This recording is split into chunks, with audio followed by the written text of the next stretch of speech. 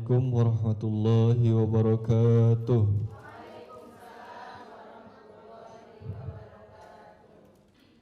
A'udzu billahi minasy syaithanir rajim.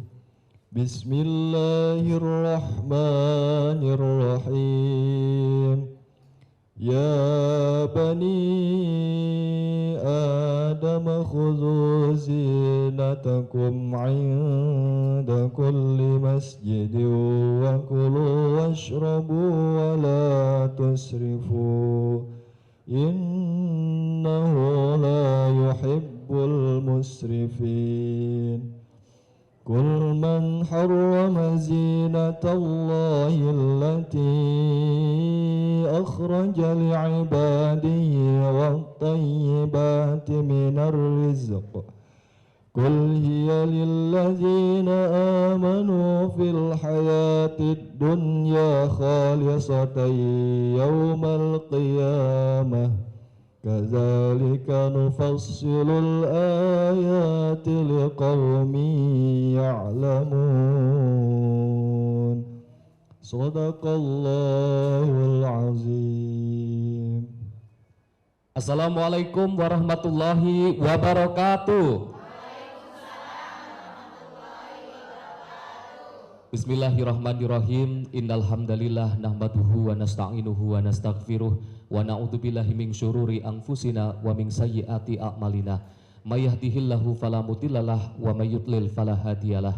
Asyhadu an la ilaha illallah wahdahu la syarikalah wa asyhadu anna Muhammadan abduhu wa rasuluh la nabiyya ba'dah. Amma ba'du.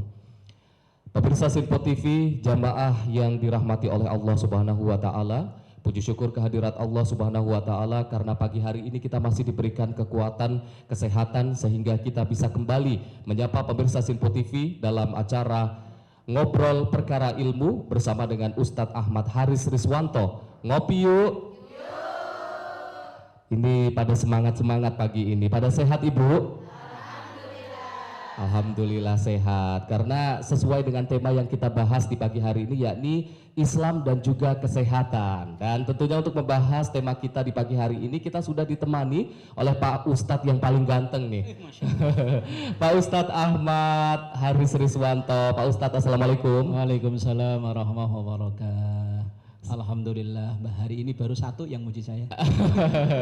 Sehat Pak Ustadz? Alhamdulillah sehat-sehat semuanya, sudah selalu sehat. Mudah-mudahan selalu sehat ya Pak Ustadz ya. Amin ya Allah, amin. Ini sesuai dengan tema yang kita bahas di pagi hari ini Pak Ustadz, Islam dan juga kesehatan. Hubungannya seperti apa ini Pak Ustadz? Tapi jangan dijawab dulu Pak Ustadz, karena kita akan segera mendengarkan tausiah dan juga materi terkait dengan tema yang kita bahas di pagi hari ini, yakni Islam dan juga kesehatan, yang akan langsung disampaikan oleh Bapak Ustadz Ahmad Haris Riswanto. Pak Ustadz, kami persilahkan. Assalamualaikum warahmatullahi wabarakatuh.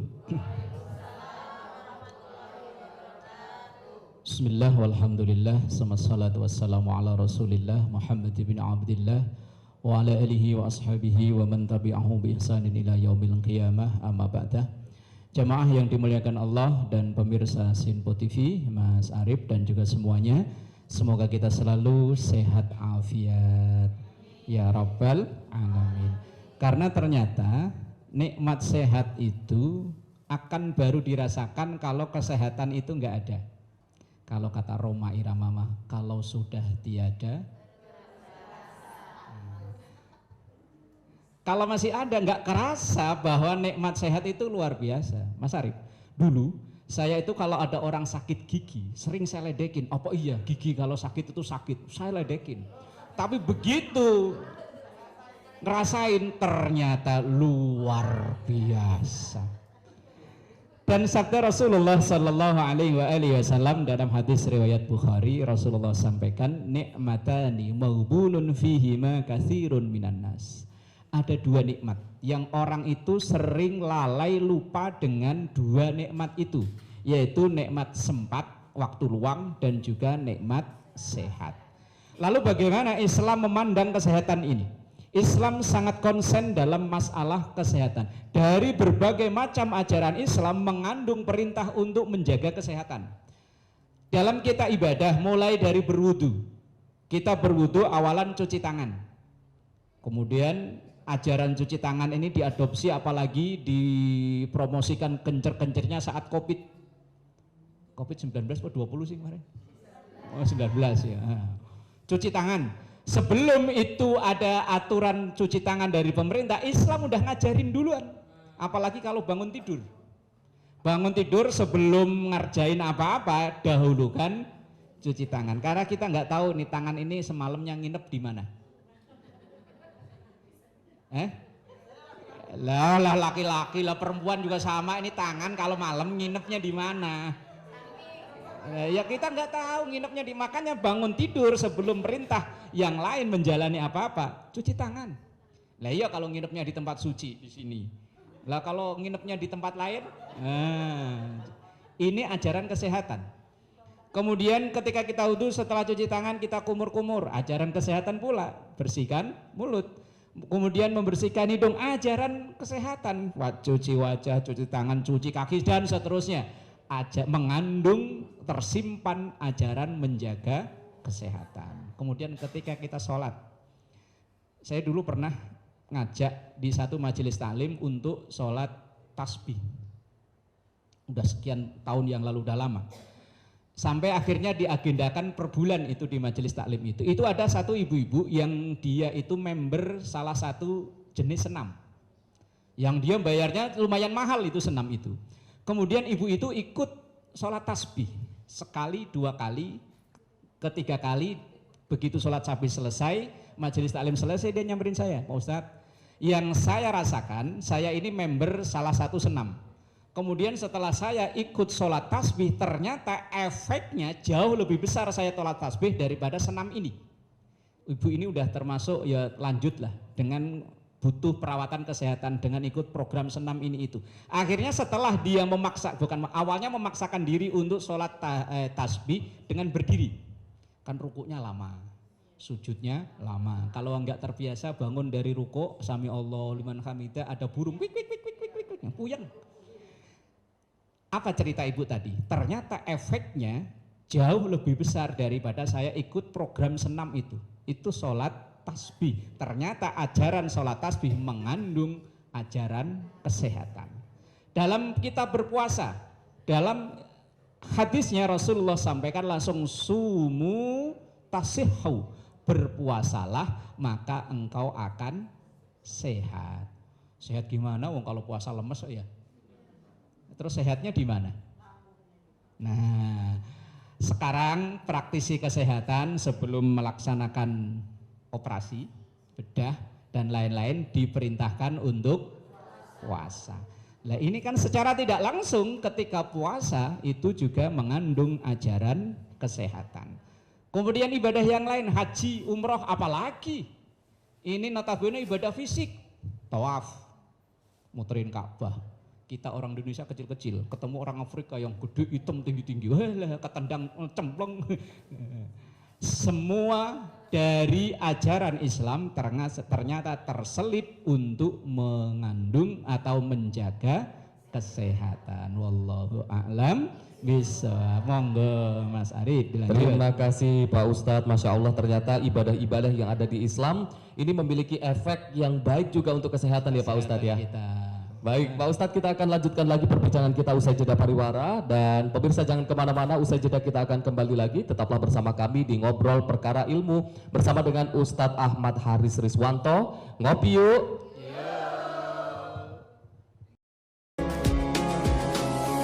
Pemirsa Sinpo TV, Anda kembali menyaksikan Ngobrol Perkara Ilmu bersama dengan Ustadz Ahmad Haris Riswanto. Ngopi yuk. Masih membahas tema kita di pagi hari ini, yakni terkait dengan Islam dan juga kesehatan. Di segmen kali ini kami berikan kesempatan untuk ibu-ibu yang ingin bertanya langsung kepada Pak Ustadz. Kami persilahkan. Boleh silahkan Ibu. Bismillahirrahmanirrahim. Assalamualaikum warahmatullahi wabarakatuh. Waalaikumsalam warahmatullahi wabarakatuh. Nama saya Siswati, mau bertanya Pak Ustadz, bagaimana pandangan Islam tentang sholat dan sakit? Mohon penjelasannya. Wassalamualaikum warahmatullahi wabarakatuh. Waalaikumsalam warahmatullahi wabarakatuh. Terima kasih Ibu. Selanjutnya kami persilahkan apabila ada yang ingin bertanya, kami persilahkan Ibu. Assalamualaikum warahmatullahi wabarakatuh. Waalaikumsalam warahmatullahi wabarakatuh. Nama saya Ibu Darita dari Villa Mahkota Indah. Izin bertanya Pak Ustadz, apakah sakit bisa menghapus dosa penderitanya? Mohon penjelasannya. Terima kasih. Wassalamualaikum warahmatullahi wabarakatuh. Waalaikumsalam warahmatullahi wabarakatuh. Dua pertanyaan yang akan langsung dijawab oleh Pak Ustadz. Kami persilahkan Pak Ustadz. Baik jamaah yang dimuliakan Allah. Yang pertama, bagaimana pandangan Islam tentang kesehatan atau sebaliknya ketika sakit. Islam sangat konsen dengan masalah kesehatan, mengajarkan bagaimana cara menjaga kesehatan. Tapi ternyata kok sebaliknya, kita dikasih sakit. Disambung dengan pertanyaan yang kedua. Islam ya menghendaki umatnya menjadi orang yang sehat. Karena bagaimanapun apa yang dikerjakan oleh orang yang sehat lebih maksimal daripada yang sakit. Dalam salah satu hadisnya Rasulullah Shallallahu Alaihi Wasallam sampaikan, al-mu'minul qawiyyu khairun wa ahabbu indallah minal mu'minid dhaif. Seorang mukmin yang kuat, seorang mukmin yang sehat, khairun lebih baik, wa ahabbu ilallah dan lebih dicintai oleh Allah minal mu'minid dhaif daripada mukmin yang lemah, mukmin yang sakit. Karena orang yang sehat puasanya juga bisa tepat waktu di bulan Ramadan. Orang yang sehat sholatnya juga bisa maksimal, bisa berdiri, rukuk, sujud dengan gerakan yang maksimal. Orang yang sehat bisa bekerja dengan baik, menjalankan tugas dengan baik. Kalau nggak sehat, apa bisa Ibu hadir di majelis ngopi kayak begini? Apa ada yang sakit? Alhamdulillah sehat. Ya pengennya sehat. Tapi kok ternyata di lain waktu, di satu waktu Allah menganugerahkan sakit. Bahkan ada kekasih Allah, Nabi Allah yang dianugerahi sakit oleh Allah nggak tanggung-tanggung. 18 tahun. 18 tahun tanpa ada kesembuhan loh. Kita sakit baru sehari 2 hari aja udah wodah. Waduh. Aduh. Nah. Ya bukan saya doang lah, yang lain. Ada Nabi Allah, Nabi siapa? Nabi siapa? Ayub. Nabi Ayub ternyata dikasih sakit oleh Allah 18 tahun. Lalu apakah kalau orang yang dianugerahi sakit berarti tidak dicintai oleh Allah? Enggak. Justru bisa jadi Allah menyayangi orang tersebut dengan diberi tanda cinta, tanda kasih berupa. Bisa jadi, karena ada satu hadis Rasulullah Shallallahu Alaihi Wasallam bahwa ketika seseorang ini dianugerahi sakit oleh Allah dan ketika sakitnya itu ia masih memuji kepada Allah, maka setiap sesuatu yang bisa dikerjakan saat ia sehat, maka walaupun ia ketika sakit nggak bisa melaksanakan ketika ia sehat, pahalanya sama. Misalnya dia rajin ngaji dulunya. Karena sakit, asam sama urat dijadiin satu. Nah iya, asam sama urat dijadiin, jadi penyakit akhirnya. Mau berangkat ngaji, nggak bisa. Lihatlah ketika saat ia menderita sakit itu tapi masih memuji Allah, maka dalam sakitnya pahala yang dulu dikerjakan saat sehat tetap bisa ngalir ke dia itu. Misalnya begini, Bu nggak ngaji, pengen ngaji, cuman kok nggak ngomong penyakitnya apa, cuman begini. Tapi gimana keadaannya? Alhamdulillah udah baikan. Ketika ia memuji Allah, alhamdulillah itu walaupun dia nggak berangkat ngaji, pahalanya sama dengan yang berangkat pengen.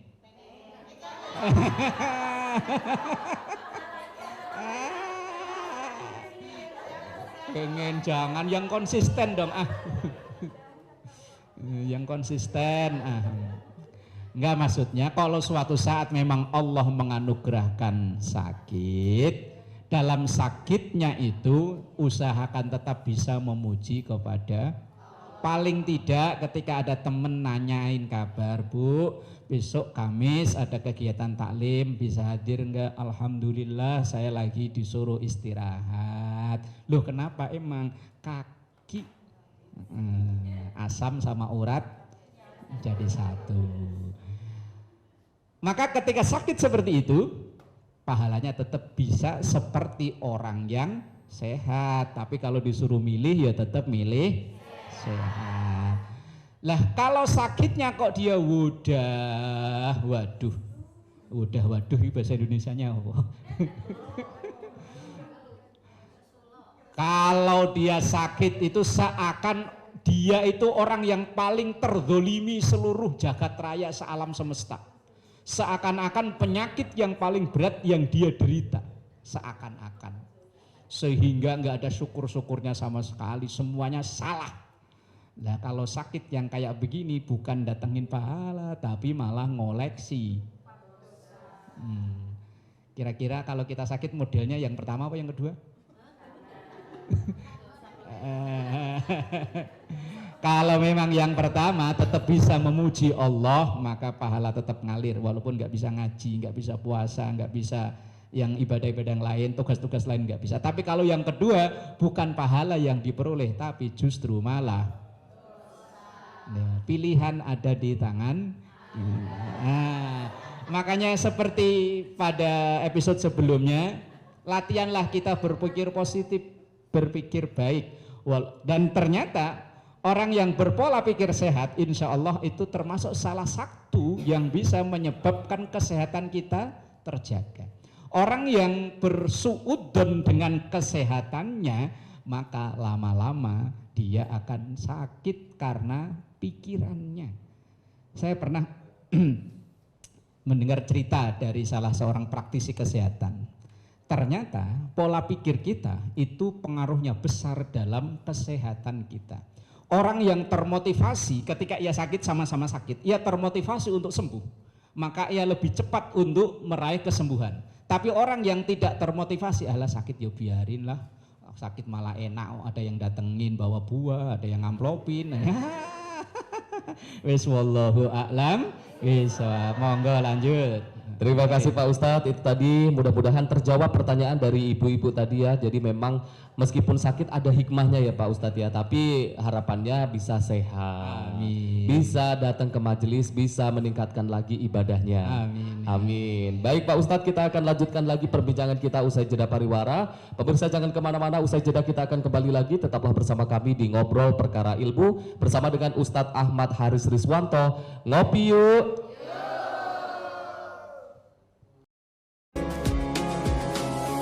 Pemirsa Anda kembali menyaksikan Ngobrol Perkara Ilmu bersama dengan Ustadz Ahmad Haris Riswanto. Ngopi yuk. Di segmen kali ini kita akan mendengarkan bagaimana konklusi ataupun kesimpulan dari materi yang kita bahas di pagi hari ini, yakni terkait dengan bahayanya prasangka. Pak Ustadz, kami persilahkan Pak Ustadz. Jamaah yang dimuliakan Allah dan juga pemirsa Sinpo TV dimanapun berada. Dalam hal zon atau prasangka ini dalam Islam kita diajarkan untuk selalu berhusnudzon. Husnudzon yang pertama adalah kepada Allah Subhanahu wa taala. Karena dalam satu hadis qudsi Allah Subhanahu wa taala pernah sampaikan, ana inda dzanni abdi bi. Saya ini kata Allah akan menyesuaikan dengan zon, prasangka hambaku. Maka berlatihlah untuk berprasangka baik. Kalau dalam bahasa sekarang berpikir positif. Berpikirlah positif tentang ketentuan Allah Subhanahu wa taala. Karena dengan berpositif thinking, berpikir positif akan menimbulkan efek yang positif pula. Yang kedua, hendaklah kita berprasangka baik dengan diri sendiri. Ini kadang kita dengan diri sendiri udah berprasangka buruk. Misalnya gimana? Misalnya begini, Ibu, nanti kegiatan majelis taklim minggu depan Ibu yang jadi MC. Enggak, saya enggak bisa. Itu namanya udah prasangka buruk terhadap diri sendiri. Ini kan kebanyakan begitu. Misalnya nih, kegiatan majelis taklim, makanya kegiatan majelis taklim Mas Arif, Bu-ibu itu 4L. Tahu 4L? Lu lagi. Yang MC yaitu, baca yasin yaitu, baca tahlil yaitu, kalau ustadznya nggak datang yang gantiin ya itu. Pokoknya 4L. Lu lagi. Lah yang lain kalau ditutup, enggak, saya nggak bisa. Padahal kalau ada MC lain salah, dia ngomongnya paling kenceng. Oh, mental penonton namanya, bukan mental pemain. Orang yang ketika misalnya diberi tugas, padahal masih ada waktu jarak seminggu untuk dia belajar, dia bilang udah saya nggak bisa. Itu namanya udah berburuk sangka terhadap diri sendiri. Kecuali dia udah pernah mencoba berkali-kali tapi ternyata belum berhasil. Ya siapa tahu percobaan yang selanjutnya itu yang berhasil. Makanya nasib majelis taklim 4L. Wallahu alam, kalau al-muhajirin mah insya Allah di sini mah kelihatan. Iya kelihatan. Itu namanya berburuk sangka pada diri sendiri. Sesuatu yang bisa dipelajari, jangan bilang nggak bisa. Siap, gitu. Belajar maksimal. Kalau enggak, saya nggak bisa beneran. Sama kayak orang naik sepeda, naik motor kayaknya jatuh beneran. Itu namanya buruk sangka terhadap diri sendiri. Kemudian yang ketiga, berprasangka kepada sesama kita. Nah ini yang umum. Kita ini kadang ya tadi mudah berprasangka buruk kepada orang lain. Ketika orang lain melakukan sesuatu begitu mudahnya langsung kita berprasangka buruk.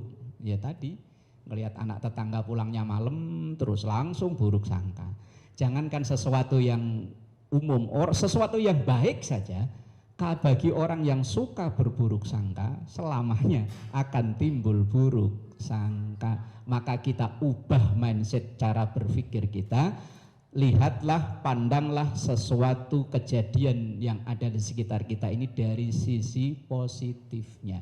Seandainya kita kehilangan nih. Lihatlah dari positifnya. Oh mungkin saya kurang sedekah. Oh mungkin Allah mau ganti dengan yang baru. Makanya kalau suami kok tiba-tiba enggak begitu nih. Jadi itu sesuatu yang harus kita latih, yaitu melihatlah segala sesuatu dari sisi positifnya agar tercipta mindset yang baik dalam diri kita. Kemudian banyaklah kita fokus terhadap diri sendiri sehingga kita tidak terlalu fokus dengan urusan orang lain. Kita ini lebih mudah memberi nilai kepada orang lain tapi sulit menilai diri sendiri. Kita ini kalau kita punya cermin selalu kita karahin ke orang.